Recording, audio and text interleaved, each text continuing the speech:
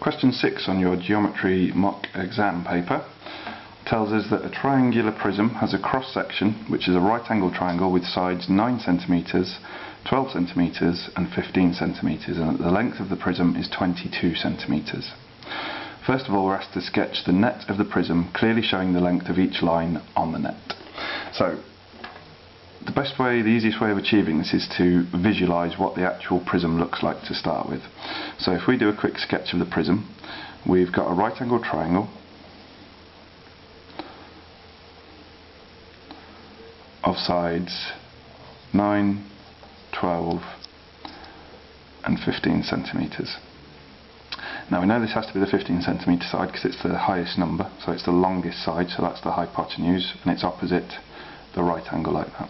Doesn't matter which way around we get this, as long as the shape of the net relates to the shape of the prism that you've produced. So the prism then extends backwards throughout its length for 22 centimetres. So our hidden lines that are buried in the back here will look something like that. So that's an overview of what our triangular prism will look like. So what we want to do is produce the net. Now the net is the shape that we would get if we were to make this out of paper and unfold it. So start with the base. The base is rectangular in section and it is 9 centimetres by 22 centimetres.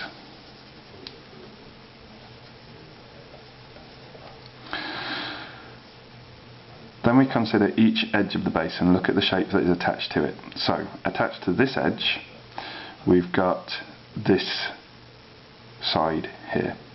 Now this flat area here is another rectangle, and this is 22 by 15 centimetres. So we've got 15 centimetres going that way and 22 going that way. So that is that large area there. Let's consider this side now.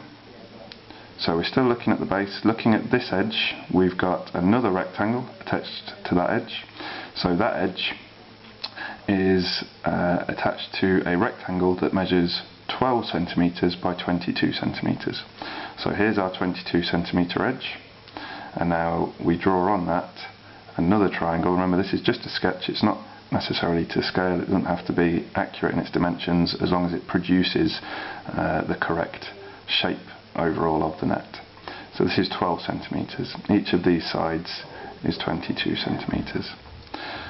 Look back at the base now.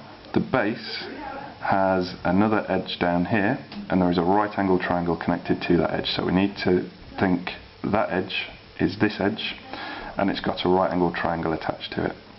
The right angle triangle has sides 9, which is this side, 12 and 15. Now the 12 centimetre side must go here. Must go here. Because when we fold this up, that side has to meet up with this side. So if you imagine folding that up and that up, this line and this line will join to make that edge of the solid. So therefore, that only leaves this side to be the sloping side, the hypotenuse. So this is 15 centimetres, this is 22 centimetres, and then all we've got to do, sorry, not 22 centimetres at all, this side is 15 centimetres. Got those the wrong way around.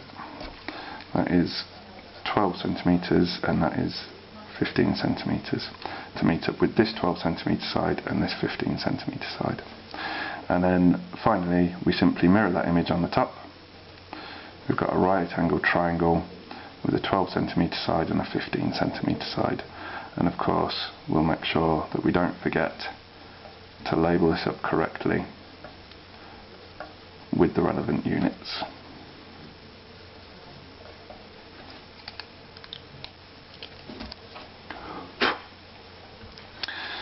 So the question also asks us to find the area of the triangle. So finding the area of a right angled triangle is nice and easy. So if we've got a right angled triangle that looks like this, we've got 12 centimetres there, we've got 9 centimetres here and 15 centimetres here. Now to find the area of this we do the base times the height. So the area will equal the base times the height. If we multiply that by that, it will give us the area of a rectangle that size. Now we're interested in the area of this triangle, which we can see is exactly half of that rectangle. So if we then divide our answer by 2, it will give us the area. So that gives us 9 times 12 divided by 2. 9 times 12 gives us 108 divided by 2.